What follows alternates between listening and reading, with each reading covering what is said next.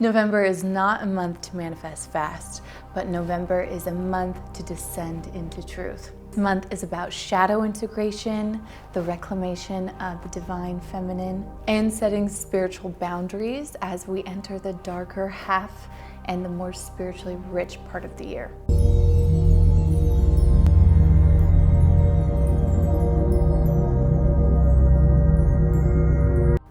Hi, my beautiful friends. My name is Cambria. I am a psychic medium, a Reiki healing practitioner, and I'm a witch.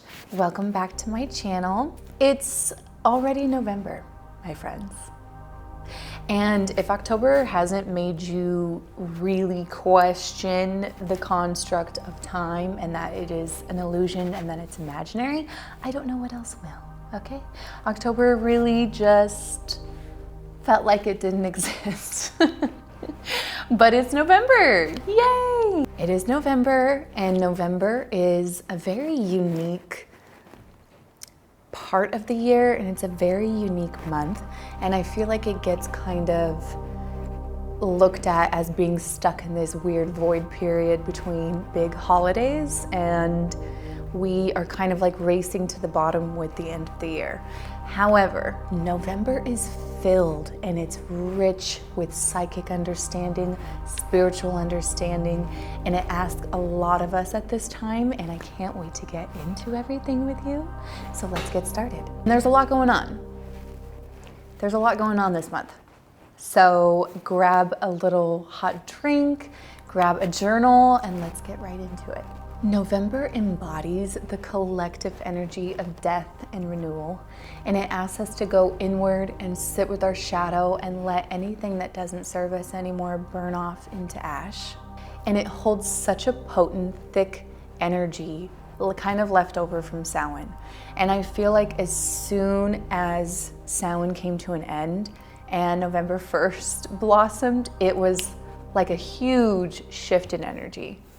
The veil from Samhain to Yule is naturally getting thinner and thinner. And I know we really put the emphasis on Samhain being this big day to have the veil be thin, and we can really transcend into our divination tools and wanting to talk to spirits and our loved ones. However, Yule has this very potent, spiritually thick psychic energy, and the veil is naturally the most thin around Yule. So November has this really interesting portal-like energy as we transcend into Yule. Yes, the veil is getting more thin, and this allows us to call in and allow so much more healing to take place. If you needed time to sit with your shit and transmute it into something else, now is the time. It would be right now. What do we need to let burn in order for something else to come in and grow before the end of our calendar year? November embodies this really brutally honest energy, which we can use to our benefit this month. Call in your guides, call in your ancestors. Now is the time to transmute that and to heal it and to let it go. You also have so much more in common with your ancestors than you truly think, even if you've never met them before. If you really think that you're the first woman in your lineage who struggles with finding her purpose, who maybe feels alone, you're wrong. I guarantee you another woman in your ancestry has felt the same way, so ask her for help. Ask him for help. Our next factor for this month is the incredibly powerful, potent energy of Scorpio. The power of Scorpio is coming in this November, and it shows us and asks us to be emotionally honest with ourselves and embrace our intuitive power, which leads us to our next big factor of November. We have a lot going on astrologically this month. First, we have a full moon in Taurus around November 5th, if you're in the Northern Hemisphere like me. This full moon is about completion, purging, asking us to sit with our shadow. This full moon asks us to find the power that our shadow holds and embrace it and do not turn away from it. November 16th, we have the night of Hecate. Perfectly on theme with this month, we have the Night of Hecate to honor our goddess of witchcraft. I've been working with Hecate for about a year now, and she has shown me things that I don't even think I can actually physically put into words. She has physically pulled me into my darkness, into my shadow. She's made me face things, look at things, sit with them, and she did it with me. I think that is the power of Hecate, that she's not afraid to be in that space with you.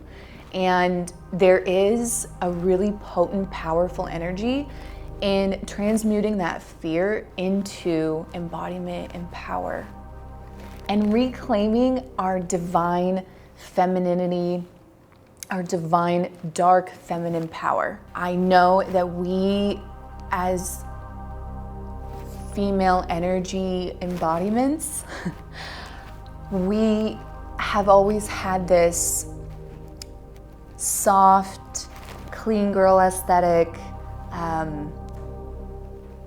virtuous energy that gets kind of placed upon us.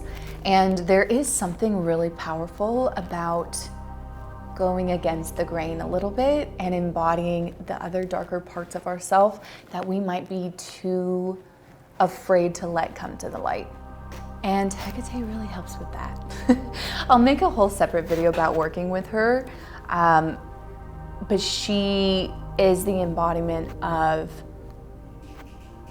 a darker feminine power. And then around November 20th, we have a new moon in Scorpio. I feel like this new moon is perfect to end off the month and kind of wrap up the energy from the whole month into one. And it gives us a chance to really sit, reflect, and plant the seeds for something new for the last month of the year. Scorpio asks us to harness our power in the darkness of ourselves while also showing up as our 100% authentic self.